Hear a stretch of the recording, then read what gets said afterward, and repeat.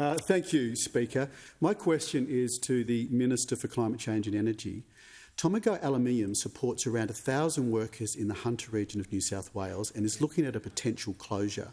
Tomago's COO, Jerome Dizal, has said, quote, "Unfortunately, all market proposals received show future energy prices are not commercially viable." Minister, you say renewable energy is cheaper and that you are installing lots of renewables for the future. If that is the case, why can't Tomago get an energy price in the future that is affordable? Call to the Minister for Climate Change and Energy. Well, thank you, Mr Speaker. I thank the honourable member for his question, and I thank him for quoting the Rio Chief Executive Officer. I think it would have been better, however, if he'd not stopped mid-sentence in that quote, because the member for Page read out part of the quote. He said, "Unfortunately, all market proposals received so far show future energy prices are not commercially viable." But there is not a full stop in the quote, there's a comma. And he goes on to say, "And there is significant uncertainty about when the renewable projects will be available at the scale we need." Now, the point is,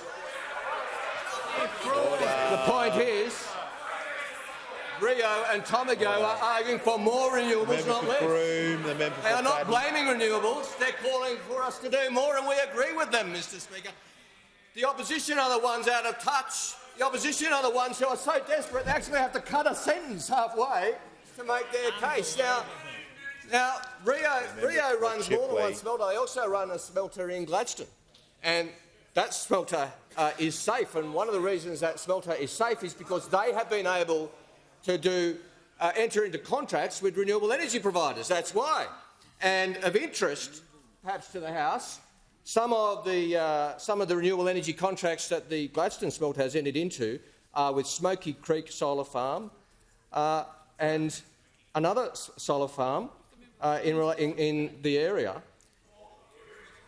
Another solar, Calliope Solar Farm, and you know, as well as being the two solar farms, Smoky Creek and Calliope, that Rio has entered into arrangements with, you know what else they've got in common?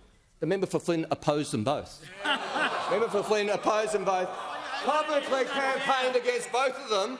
So this is the hypocrisy of those opposite. They rail against renewable energy and campaign against it, when people who actually understand how the economy works, like Rio, actually support renewable energy and enter into contracts with the very projects that those members opposite campaign against. I mean, they are so out of touch with the economic reality of Australia in 2025.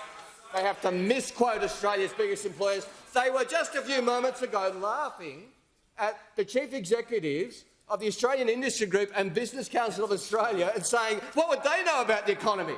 The Australian Industry Group and the Business Council. Those geniuses who sit behind the leader of the opposition know better than the Business Council and the Australian Industry Group about business and industry. I think that tells us a lot.